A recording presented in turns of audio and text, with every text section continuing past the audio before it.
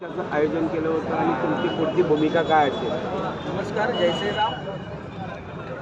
आज समस्त भारताचंच नाही जगाचं लक्ष वेधेल असा महाकुंभ मेळा प्रयागराज येथे चालू असताना भिवंडीमध्ये राहणाऱ्या माजिद मंसुरी या व्यक्तीने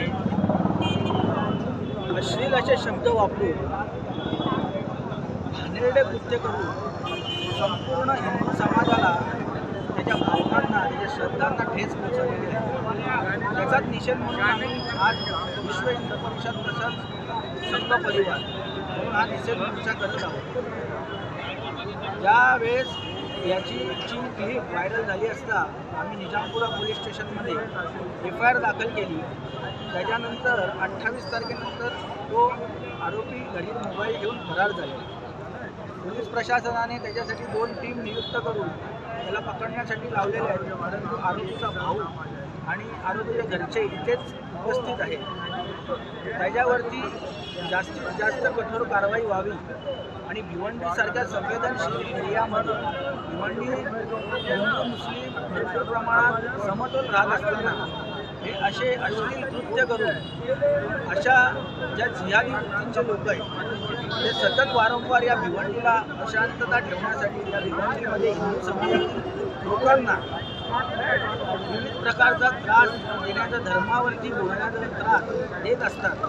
अशा जिहादी वृत्तीच्या लोकांना जेव्हा जेव्हा गरज पडेल तेव्हा तेव्हा हिंदू संघटन म्हणून आम्ही रस्त्यावर उतरत असतो. त्याचाच एक प्रकार म्हणून आज त्याचा जाहीर निषेध करण्यात आलेला आहे. लवकरात लवकर या आंदोलनाच्या मार्फत आम्ही पोलीस प्रशासन यांना संदेश दिलेला आहे की या आरोपीला लवकरात लवकर अरेस्ट करून कठोरात कठोर कारवाई करा, अन्यथा आजचं जे आंदोलन आहे त्याच्यापेक्षा तीव्र पद्धतीने आंदोलन तसेच मोर्चा या भिवंडीमध्ये काढण्यात येईल.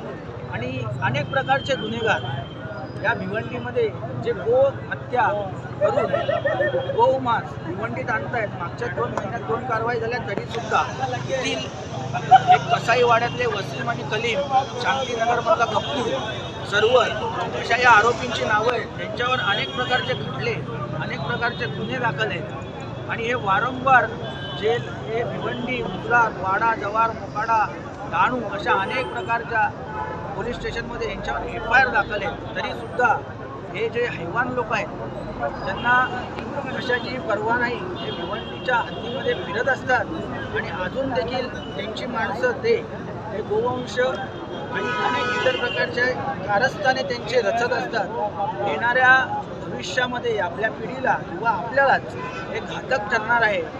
एखाद दिवस या सगळ्या कारस्थानामुळे भिवंडीमध्ये उद्ध्वस्तता निर्माण होईल. तसेच पूर्ण भिवंडीमध्ये उद्ध्वस्तता निर्माण झाली तर महाराष्ट्रात नाही तर भारतात सगळीकडे पेटेल. म्हणून आमचा जाहीर निषेध आहे. या निषेधाला आम्ही शांततापूर्वक आता पार पाडलेला आहे, परंतु लवकरात लवकर जर आरोपी अरेस्ट केला नाही तर बजरंग दल स्टाईलने आम्ही आंदोलन करू. जय श्रीराम. जय श्री